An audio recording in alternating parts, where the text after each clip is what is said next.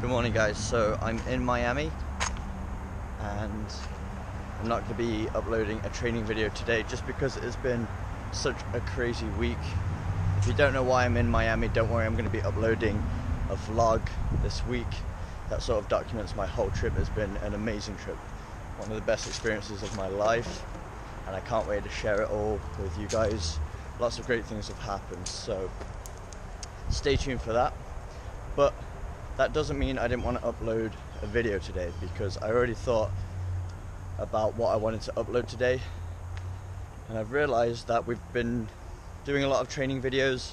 I've been sharing a lot of my drills with you guys, working on the physical aspects of the game to improve all your different touches, techniques, fitness, speed, agility, all things like that, all the physical stuff. But what I haven't touched upon yet, which I want to start doing more, is start talking about the mental aspect of it.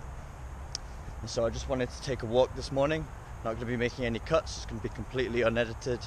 I just want to be giving you guys some real talk for a bit.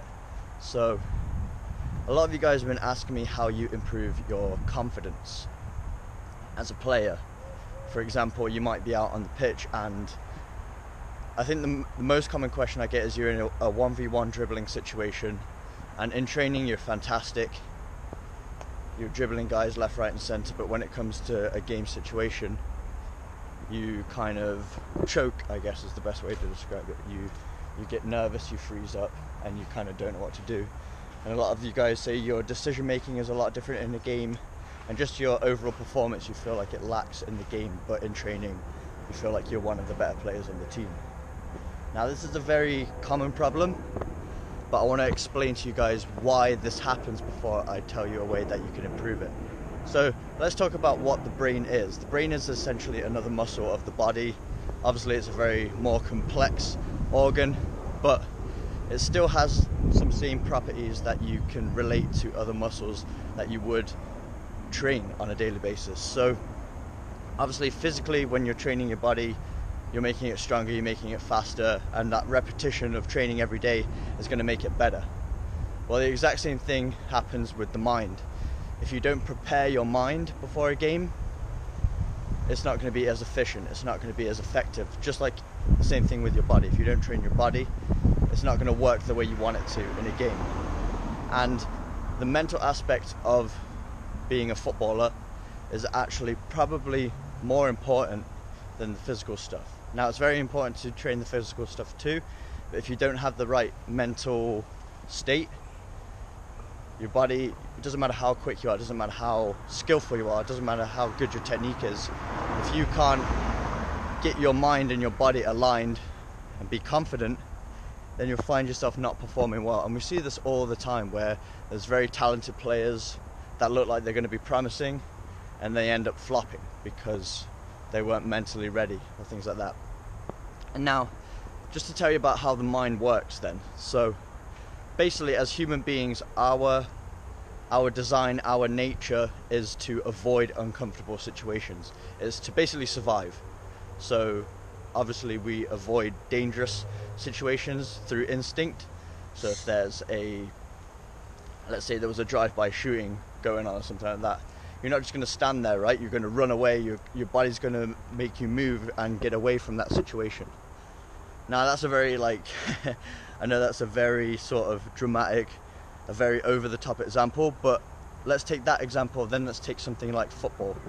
So let's say you tried to dribble somebody in a game, or maybe you haven't even tried to dribble someone in a game, and your mind is thinking about the worst case scenario, it's thinking negatively.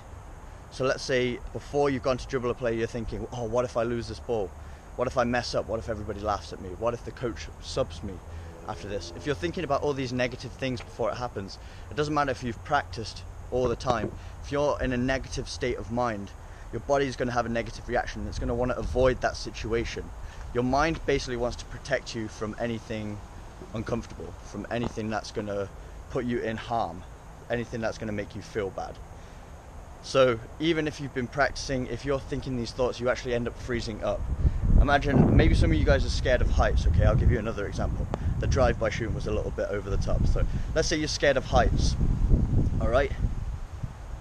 let's say you can just stand here on one leg and balance just fine for maybe a minute, or even on 2 feet, just kind of stand there. It's a very normal situation. You feel very confident about it. You don't feel like you're in danger by just, you're at ground level and you're standing on one foot. It's nothing uncomfortable, it's nothing dangerous. But then if you go stand on top of a huge bridge, on top of a rooftop or something like that, and you're near the edge, and then you try to do that exact same thing that you can do 10 times out of 10 normally, but that added pressure of being on top of a building, and your mind starts to think about the dangerous situations that could occur. You could fall off, you could hurt yourself, you could die. Again, I know it's another very dramatic one, but then you start to freeze up. Your mind wants to protect you from that situation, and so you end up seizing up. You suddenly don't have as much control over your body. You'll see people that are afraid of heights, they're almost like holding onto the railings of a tall building. They almost freeze up. Their body just seems to stop working like it should be. And the exact same thing occurs in the game of football. If you're thinking negatively about all the bad things that could happen, then you're not going to be able to perform well. So the brain is like any other muscle in the body. You need to prepare it well. So the way we do this, now I'm going to get on how to improve your mental confidence, how to actually overcome that situation, because you can overcome it. Just like fears, just like when people have phobias, when they're afraid of heights, afraid of snakes, anything like that, they can actually overcome it through certain training. Now, I'm not any kind of doctor, any kind of scientist, but I have worked on mental confidence myself, so I'm going to share something with you that's worked for me and it's helped me improve my confidence.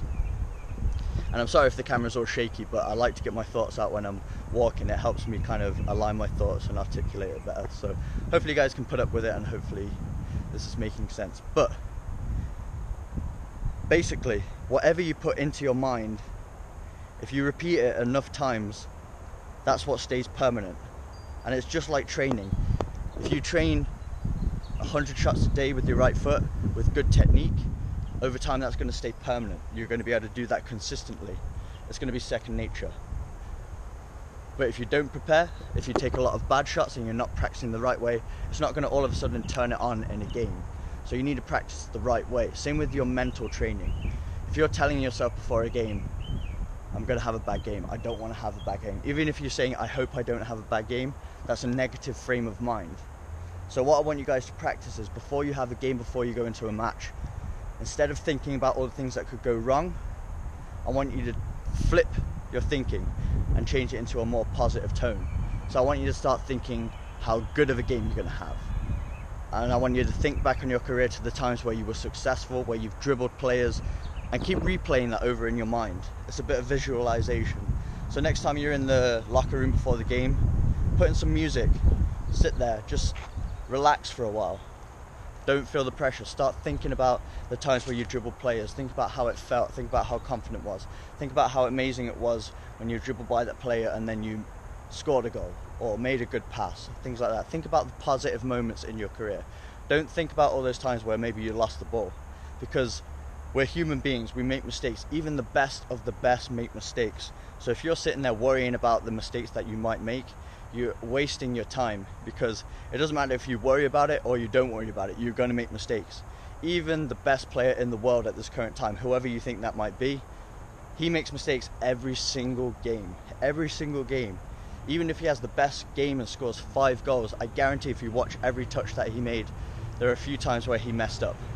But instead of thinking about those moments and dwelling on that negativity, he just lets it go and he moves forward and thinks about the good times that he's had, the more effective times, and he puts positive energy into his play, and so he can overcome that and move on and end up having a good performance overall. So that's what you guys need to do.